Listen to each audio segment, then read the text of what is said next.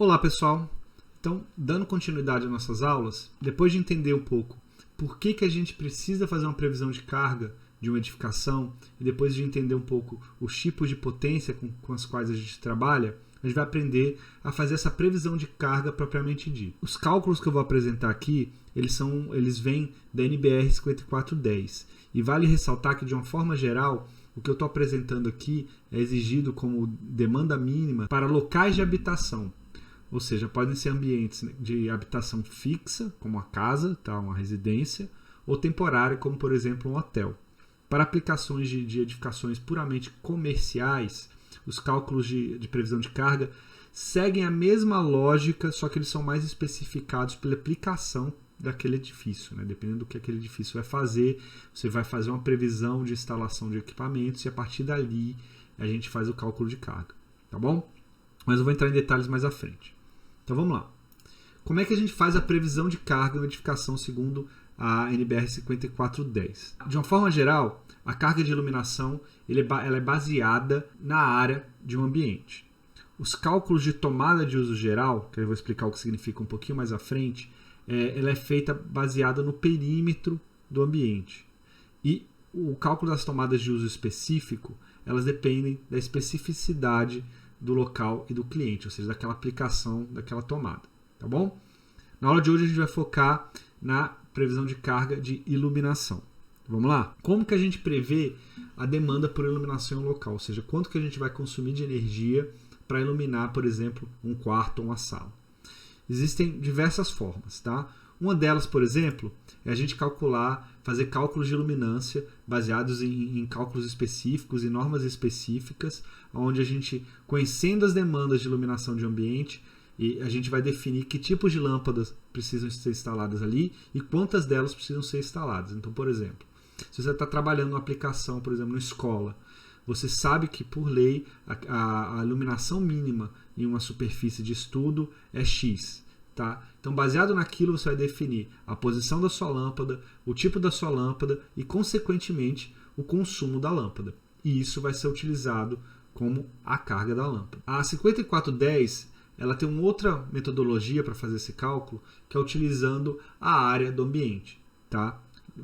Lembrando que isso é válido para edificações que elas classificam como locais de habitação. Tá legal? Então, se eu tenho, por exemplo, uma casa e eu quero calcular minha demanda por iluminação, a norma ela analisa a área e me dá um valor. Eu vou fazer uma ressalva aqui.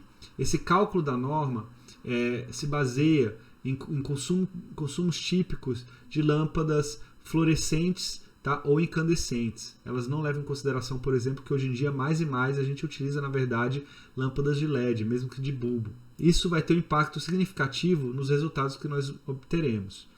O que eu quero dizer com isso? Vocês vão ver que em diversos casos a gente vai acabar com, por exemplo, um ambiente pequeno tendo um consumo mínimo de 100 watts, por exemplo, tá? De iluminação. Parece muito para os padrões hoje em dia, porque uma lâmpada de 100 watts incandescente, por ser ineficiente, ela consome muito mais do que, por exemplo, uma lâmpada LED que proporciona a mesma iluminação. Então, enquanto a lâmpada incandescente com iluminação X consome 100 watts de potência, a lâmpada LED, na verdade, exige uma potência de apenas 10 watts. Aqui nesse caso aqui é 1/10 do valor. Tá? Então, para lembrar, os números vão ser um pouco maiores porque a norma está levando em consideração esses caras aqui. Tá legal? Então, como é que a norma define o cálculo de iluminação? Faz essa previsão de carga de iluminação. Então, vamos lá. O que está escrito aí é basicamente o que tem escrito na norma.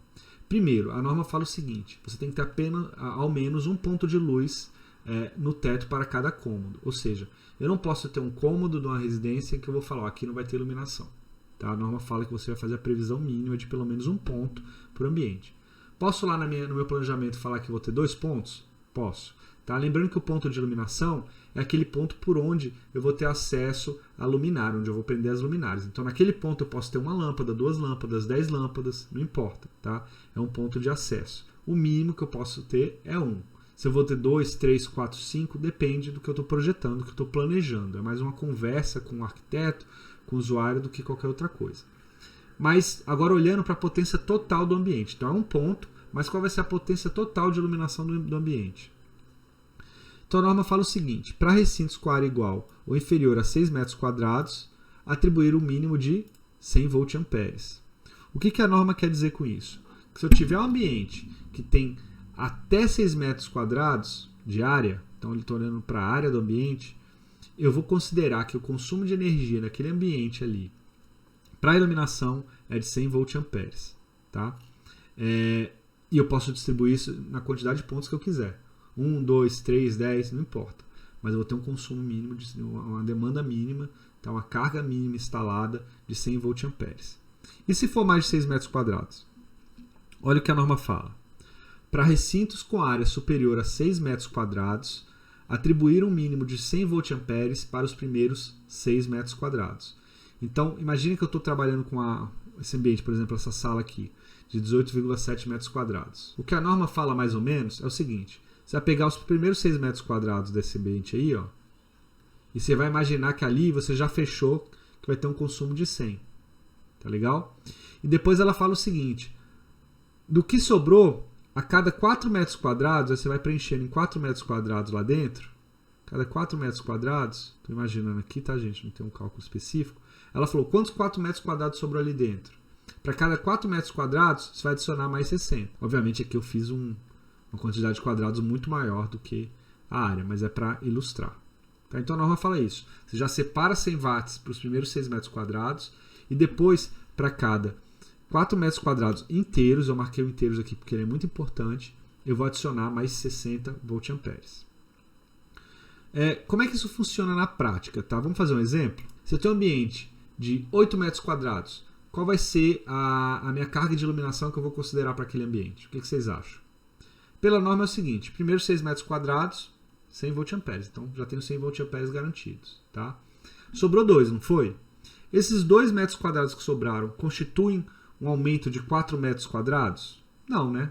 Então, nesse caso, meu ambiente de 8 metros quadrados, ele vai ter a mesma carga de iluminação que meu ambiente de 6 metros quadrados, 4 metros quadrados e assim por diante. Continua sendo 100 voltamperes.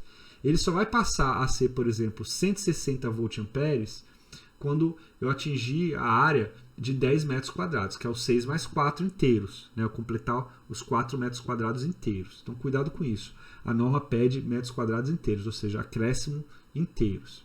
A melhor forma de aprender isso, gente, é pegar o exemplo e resolver. Vocês vão ver que é muito simples. Vamos fazer aqui? Então vamos resolver esse exemplo aqui, gente. Bastante simples. Vamos pegar, por exemplo, a cozinha e fazer o cálculo de iluminação para o ambiente da cozinha. Tranquilo?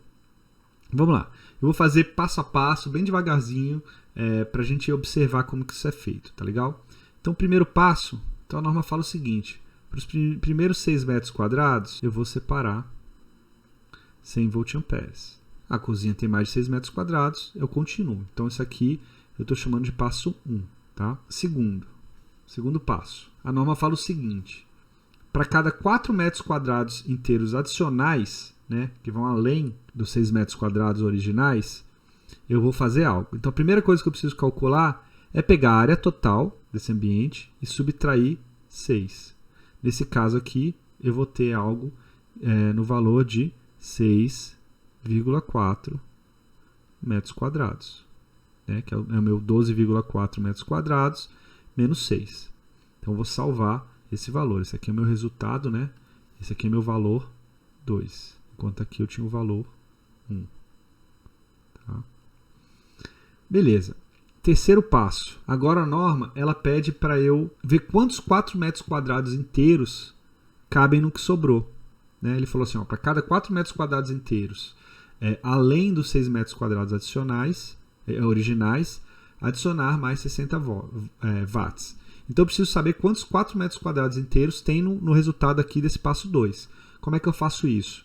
Eu vou dividir o resultado de 2 por 4. Né? Nesse caso aqui vai ser igual a 6,4 dividido por 4. Isso aqui vai dar igual a 1,6.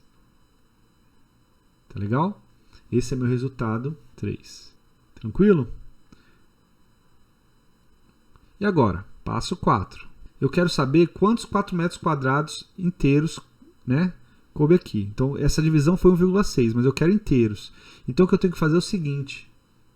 é arredondar para baixo o resultado de 3. Isso vai ser igual, nesse caso aqui, a 1. Correto? E esse é meu resultado que eu vou chamar aqui de 4. Meu resultado 4. Tranquilo, gente? Bem tranquilo, não é? Aí, finalmente, o que a norma fala? Eu passo 5.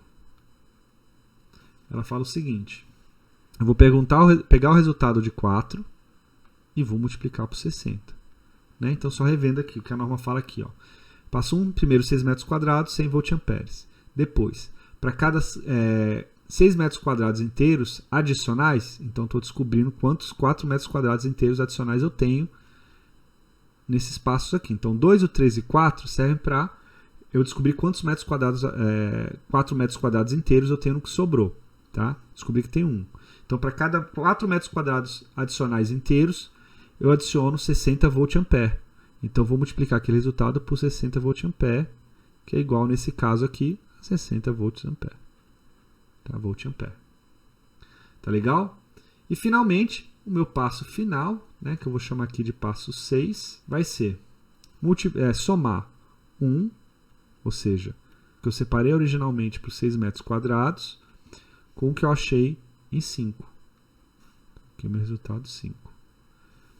Isso aqui, nesse caso, vai ser igual ao 100 lá de cima, mais 60, que vai ser igual a meus 160 voltampere. Eu sei que na minha cozinha agora eu tenho uma carga instalada, uma carga instalada de 160 voltamperes. Em quantos pontos? Aí depende de você, depende do que você está planejando. Pode ser que alguém fale o seguinte, que esses 160 voltamperes estão distribuídos em 2 pontos. Eu tenho um ponto de iluminação aqui e eu tenho um ponto de iluminação aqui, por exemplo. Esse ponto aqui é de 60 e esse ponto aqui eu defini que vai ter 100 voltamperes. Tá certo. Pode aparecer outra pessoa que fala, não, eu quero dividir isso aí em 4 pontos. Eles vão estar distribuídos assim. Tá? Um ponto de 50, um ponto de 50, um ponto de 60, né? De 30 e um ponto de 30. Também está correto. Tá? Tem que colocar unidade, a gente vai aprender representação mais na frente.